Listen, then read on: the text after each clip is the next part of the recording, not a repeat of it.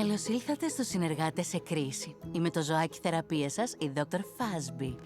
Γκρέγκ, έχουμε μιλήσει γι' αυτό. Πώς αισθάνεται ο Μάρλον? Άβολα. Ναι.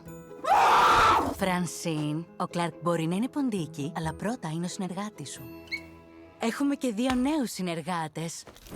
Θα μας μιλήσετε για το δικό σας ταξίδι στη δυσλειτουργική σας σχέση. Λοιπόν, είμαστε επίσημα συνεργάτες για 1 εβδομάδα. Χαρούμενη επέτειο! Και όλα πάνε καλά. Τέλεια θα έλεγα. Όπως ξέρετε, σώσαμε την πόλη, οπότε το ότι είμαστε εδώ οφείλεται σε μια παρεξήγηση. Προσέξατε ότι απάντησε πρώτη, δεν άφησε το συνεργάτη της να μιλήσει και πόσο νευρικά κουνάει το πόδι. Παρατηρήστε την πηγή της δυσφορίας της που καθρεφτίζεται στην ψυχρή προσποίηση του συναισθηματικά ανασφαλή συνεργάτη της. Ας ξεκινήσουμε χαιρετώντας το συνεργάτη μας. Δυστυχώς η Κάρεν επέλεξε να δει το χαμόγελο του Τζόελ ως δείγμα απειλής. Χαλάρωσε, Κάρεν.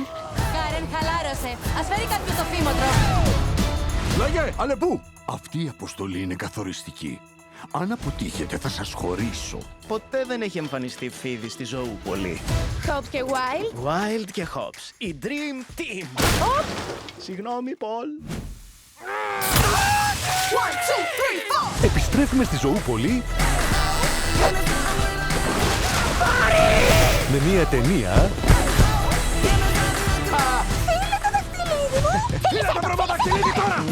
που θα γράψει ιστορία. Ένα παιδί! Αστυνομία, μην ακίνητος! Λυπάμαι πολύ! Όχι, όχι, όχι! Όλα τα πια αυτομάτα! Ποτέ δεν τραβάμε τα πια ενός λαγού! Πρέπει να βοηθήσω την οικογένειά μου! Μπαμπά!